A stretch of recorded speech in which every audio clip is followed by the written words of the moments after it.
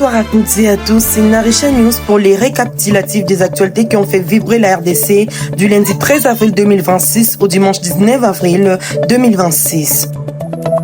L'affaire de l'assassinat de Vali Amissi choque tous les pays.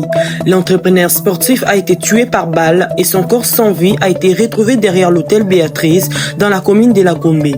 Le suspect principal, Beni Moukeba Mouepou, est activement recherché par la police après avoir été vu sur des images de vidéosurveillance avec la victime.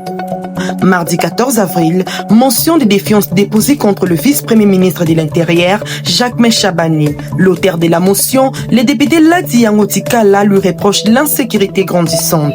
La suite, le député a été désavoué par son propre parti, l'AVRP, et a dit démissionner de ses fonctions de président intérimaire au sein de sa formation politique. Malgré ses retraits politiques, la motion reste sur la table du bureau de l'Assemblée, attendant d'être soit débattue, soit classée sans suite.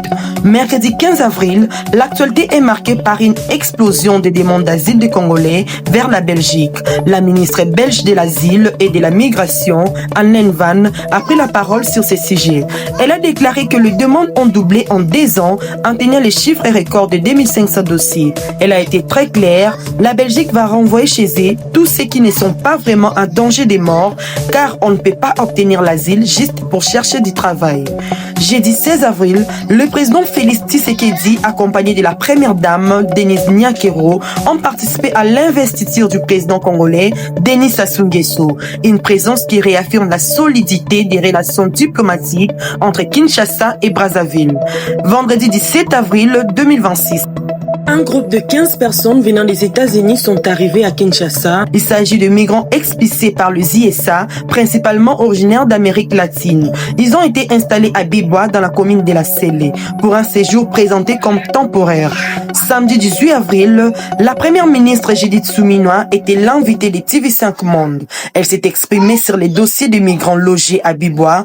La chef du gouvernement a parlé d'un acte humanitaire et transitoire, assurant qu'il ne s'agit en aucun cas d'une installation définitive.